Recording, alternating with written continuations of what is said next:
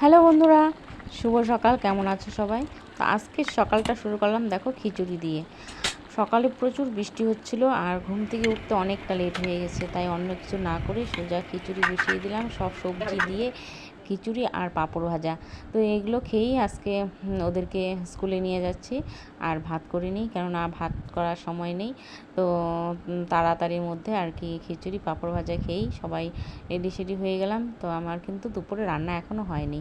তো আমি ভাবছি যে ওদেরকে স্কুলে দিয়ে এসে তারপর রান্নাবান্নাটা করব, আবার গিয়ে আনতে হবে। তো স্কুল থাকলে আর কি ঝামেলা, সপ্তাহে একটা দিন অন্তত ছুটি পাওয়া যায়, সেই দিনে সব কাজ করার চেষ্টা করি।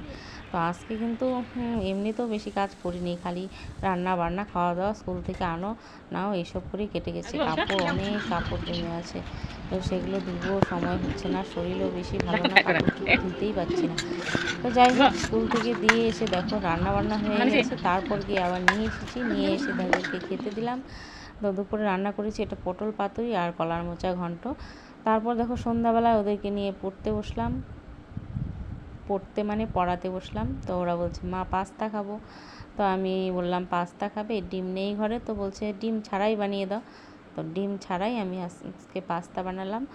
আর খেতে কিন্তু কেমন হবে প্রথমে ভাবছিলাম, কিন্তু পরে কিন্তু খেয়ে দেখি কিন্তু ভালোই লাগছিলো।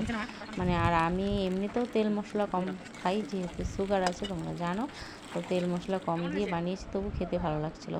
তো অনেকটা পাস্তা বানিয়ে ফেলেছিলাম, পেটটা মোটামুটি ভরে গেছে। রাত্রে বেশি একটা কিছু করবো না, রুটি বানাবো। আর তোমরা বড় ভিডিও যদি দেখতে চাও তো ব্লগ দেওয়া আছে, তো তোমরা সেখানে গিয়ে পুরো ভিডিওটা দেখতে পারো। তো বন্ধুরা, টাটা, বাই বাই।